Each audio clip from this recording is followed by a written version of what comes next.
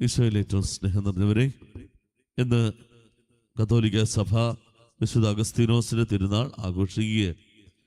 തൻ്റെ ജീവിതത്തിലൂടെ മറ്റുള്ളവർക്ക് മാതൃകയാകിയവൻ, തൻ്റെ ജീവിതത്തിലൂടെ മറ്റുള്ളവർക്ക് സാക്ഷ്യം നൽകിയവൻ, തൻ്റെ ജീവിതത്തിലൂടെ ദൈവത്തിന് വേണ്ടി ദൈവത്തിന് സാക്ഷ്യം നൽകുവാൻ ഈ ലോകത്ത് തൻ്റെ അറിവിൻ്റെയും ജ്ഞാനത്തിൻ്റെയും ഒക്കെ സഹായത്താൽ ദൈവത്തിൻ്റെ അത്ഭുത അനുഭവം മറ്റുള്ളവർക്ക് പകർന്നു നൽകിയ ഒരു വിശുദ്ധനാണ് വിശുദ്ധ അഗസ്തീനോസ്.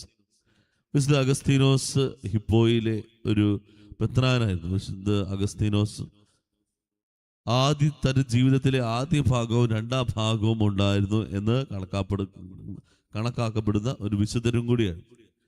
വിശുദ്ധ അഗസ്തീനോസിന്റെ ഒരു മനോഹരമായ പുസ്തകമായ കൺഫെഷൻസ്, കുമ്പസാരം, മൈ കൺഫെഷൻസ് എന്ന് പറഞ്ഞ ഒരു പുസ്തകം വായിക്കുവാണെങ്കിൽ അതിൽ നമുക്ക് കാണാം, തൻ്റെ ജീവിതത്തിലൂടെ ചെയ്യാൻ സാധിക്കുന്ന എല്ലാ രീതിയിലുള്ള തിന്മകളിലൂടെ കടന്നുപോയി. എല്ലാ രീതികളിലൂടെ ദൈവത്തെ വ്യതിചലിച്ച് എല്ലാ രീതിയിലും മാറിപ്പോയി. ആ മാറിപ്പോയ അവസ്ഥയിലൊക്കെ അവന് വേണ്ടി പിൻഭാഗത്ത് നിന്ന് ശക്തമായ പ്രാർത്ഥന ഉയർന്നത് അവൻ്റെ അമ്മയിൽ നിന്നാണ്. അപ്പൊ നിരന്തരമായി വിശുദ്ധ അഗസ്തീനോസിന്റെ ജീവിതത്തിൽ അവൻ തിന്മയിലേക്ക് പോയപ്പോഴും അവനെ നന്മയിലേക്ക് കൊണ്ടുവരണമെന്നുള്ളൊരു ആഗ്രഹത്തോടെ അവൻ്റെ അമ്മ നിരന്തരമായി നിന്നു. അപ്പോൾ വിശുദ്ധ അഗസ്തീനോസിന്റെ ജീവിതത്തിൽ ദുഃഖങ്ങളുണ്ടായി, കഷ്ടപ്പാടുണ്ടായി, വലിയൊരു തിരിച്ചടി അവൻ്റെ ജീവിതത്തിൽ ഉണ്ടായിരുന്നപ്പോൾ അവൻ ആ ദൈവാലയത്തിലേക്ക് ചെന്നപ്പോൾ വിശുദ്ധ അംബ്രോസിന്റെ സഹായത്താൽ അവൻ ദൈവത്തെ അനുഭവിക്കുവാൻ, ദൈവത്തെ ജീവിതത്തിൽ കണ്ട് മനസ്സിലാക്കുവാൻ അവന് സാധിച്ചു. അങ്ങനെയാണ് വിശുദ്ധ അഗസ്തീനോസിന്റെ ജീവിതത്തിൽ ഒരു ചെറിയ മാറ്റം വരുന്നതും അവൻ മാറിയതും. അന്ന് മുതൽ അവൻ വിശ്വാസത്തിന് വേണ്ടി, സത്യത്തിന് വേണ്ടി നിലനിൽക്കുവാനും അവൻ്റെ അറിവ് കൊണ്ടും ജ്ഞാനം കൊണ്ടും എല്ലാം വിശുദ്ധ ജീവിതം നയിക്കുവാനും അതോടൊപ്പം തന്നെ ദൈവിക സാന്നിധ്യത്തെക്കുറിച്ച്, സത്യങ്ങളെക്കുറിച്ച് എഴുതുവാനും അവൻ പരിശ്രമിക്കുകയും ചെയ്യും.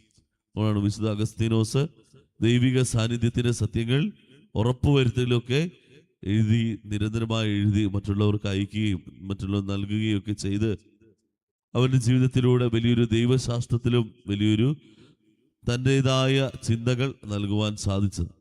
ഇങ്ങനെ ഈ വിശുദ്ധന്റെ ജീവിതത്തിൽ ഇങ്ങനെ മാറ്റങ്ങൾ കൊണ്ടുവരുന്നപ്പോൾ ഈ വിശുദ്ധൻ ഈ വിശുദ്ധന്റെ ജീവിതത്തിൽ നിന്ന് നമുക്ക് എടുക്കാൻ പറ്റുന്ന ഒരു വലിയൊരു മാതൃകയുണ്ട്. അതായത് ഉണ്ടായിരുന്ന ഒരു അവസ്ഥയിൽ നിന്ന് ഒരു പുതിയ അവസ്ഥയിലേക്ക് മാറുവാൻ അദ്ദേഹം കാണിച്ചതിൻ്റെ ഒരു വലിയൊരു ജ്വലനം. ഉണ്ടായ ഒരു അവസ്ഥയിൽ നിന്ന് അദ്ദേഹത്തിന്റെ പുതിയൊരു ജീവിതത്തിലേക്ക് അങ്ങനെ അദ്ദേഹത്തിന് മാറുവാൻ പറ്റിയൊരു ജ്വലനത്തിന് കാരണമായത് അവൻ്റെ അമ്മയുടെ പ്രാർത്ഥനയാണ്. ജ്വലനത്തിന് കാരണമായത് അവൻ്റെ അമ്മയുടെ പ്രാർത്ഥനയാണ്. അവന്റെ ജീവിതത്തിൽ ജ്വലിക്കുവാൻ സഹായിച്ച എണ്ണയായിരുന്നു അവൻ്റെ അമ്മ. അവൻ്റെ ജീവിതത്തിൽ നിരന്തരമായി പ്രാർത്ഥിക്കുവാൻ, നിരന്തരമായി വലിയൊരു ചൈതന്യത്തിലേക്ക് മാറുവാൻ സഹായിച്ചവളായിരുന്നു അവൻ്റെ അമ്മ.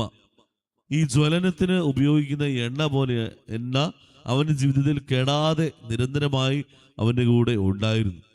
നമ്മുടെ ജീവിതത്തിലും നമുക്ക് ആവശ്യമായത് ദൈവത്തിൻ്റെ സന്നിധിയിൽ നിരന്തരമായി തെളിഞ്ഞു നിൽക്കുവാൻ ആവശ്യമായത് നമുക്കൊരു എണ്ണയാണ്. നമ്മുടെ ജീവിതത്തിൽ നിരന്തരമായ പ്രാർത്ഥനയ്ക്ക് നമുക്ക് ശക്തി പകരുവാൻ നമുക്ക് എണ്ണ വേണം. നമ്മൾ നിരന്തരമായി ജ്വലിച്ച് നിൽക്കുവാൻ, പ്രാർത്ഥനയിൽ ജ്വലിച്ച് നിൽക്കുവാൻ, പ്രാർത്ഥനയിൽ നിരന്തരമായി ശക്തിപ്പെടാൻ, പ്രാർത്ഥനയിൽ പൂർണ്ണമായി സമർപ്പിക്കുവാൻ നമുക്ക് വേണ്ടത് നല്ലൊരു എണ്ണയാണ്. എണ്ണ തീർന്നു പോയി കഴിഞ്ഞാൽ നമ്മൾ എണ്ണയ്ക്ക് വേണ്ടി അലയാൻ തുടങ്ങും. ആ അലയുന്ന സമയമായിരിക്കും മിക്കവാറും ദൈവിക അനുഭവം നമ്മളിലേക്ക് കടന്നു വരുന്നത്. നമ്മൾ അതിനെ തിരിച്ചറിയാതെ പോകുന്ന സമയമായി മാറുന്നു. അപ്പം ദൈവിക അനുഭവം കടന്നു വരുമ്പോൾ ജ്വലിച്ചു നിൽക്കാൻ നമുക്ക് വേണ്ട എണ്ണയാണ് നമുക്ക് ലഭിക്കുന്ന, സഭയിലൂടെ ലഭിക്കുന്ന ഈ കൂദാശകളെല്ലാം. ഈ സകല കൂദാശകളും മാമോദീസ, സ്ഥൈര്യലേപനം, വിശുദ്ധ കുമ്പസാരം, വിശുദ്ധ കുർബാന, തിരുപ്പട്ടം, വിവാഹം, രോഗീലേപനം, ഇത് മുഴുവനും നമ്മുടെ ജീവിതത്തിൽ, ആത്മീയ ജീവിതത്തിൽ ജ്വലിച്ചു നിൽക്കാൻ നമുക്ക് ലഭിക്കുന്ന ഓരോ എണ്ണയാണ്. ഈ എണ്ണ തീർന്നു പോകുമ്പോഴാണ്, ഈ എണ്ണ നമ്മുടെ ജീവിതത്തിൽ നിന്ന് കുറഞ്ഞു വരുമ്പോഴാണ് നമ്മുടെ ജ്വലനവും കുറയുന്നത്. അതുകൊണ്ടാണ് നിരന്തരമായ വിശുദ്ധ കുർബാനയ്ക്ക് പോകുക, നിരന്തരമായ വിശുദ്ധ കുംഭസാരത്തിലൂടെ നമ്മളെ തന്നെ വിശുദ്ധീകരിക്കുക എന്ന് പറയുന്നത്. കാരണം നമ്മുടെ ജീവിതത്തിൽ ഏത് അവസ്ഥയിലാണ്, ഏത് സമയമാണേലും നമുക്ക് ഉറക്കം വന്നേക്കാം. അതുകൊണ്ടാണ് കന്യകമാർ ഉറക്കം വന്നപ്പോൾ അവർ ഉറങ്ങാൻ പോയി. പക്ഷെ ഉറങ്ങിക്കഴിഞ്ഞ് തിരിച്ചെഴുന്നേറ്റപ്പോഴും അവർക്ക് ജ്വലിക്കുവാനായിട്ട്, അവരുടെ വിളക്കുകളെ കത്തിക്കുവാനായിട്ട് അവരുടെ കയ്യിൽ എണ്ണയുണ്ടായിരുന്നു. നമ്മുടെ ജീവിതത്തിൽ പല അവസ്ഥകളിലും നമ്മൾ ഉറങ്ങിപ്പോകാറുണ്ട്. പല പാപാവസ്ഥകളിലേക്ക്, പല തിന്മാവസ്ഥകളിലേക്ക് നമ്മൾ ഉറങ്ങിപ്പോകാറുണ്ട്. തിരിച്ചെഴുന്നേറ്റ് ജ്വലിക്കുവാൻ, തിരിച്ചെഴുന്നേറ്റ് കത്തിക്കുവാൻ നമ്മുടെ ജീവിതത്തിൽ എണ്ണയില്ലെങ്കിൽ, കൂദാശകളിലൂടെ കടന്നു പോകുന്നില്ലെങ്കിൽ, വിശുദ്ധ കുംഭസാരം എന്ന കൂദാശ, വിശുദ്ധ ബലിയർപ്പണം എന്ന കൂദാശ, ഇതിലൂടെയൊക്കെ കടന്നു പോകുന്നില്ലെങ്കിൽ നമുക്ക് ജ്വലിക്കാൻ സാധിക്കുകയില്ല. നമ്മുടെ ജീവിതത്തിൽ ജ്വലനം ഒരു നിമിഷം പോലും സംഭവിക്കില്ല.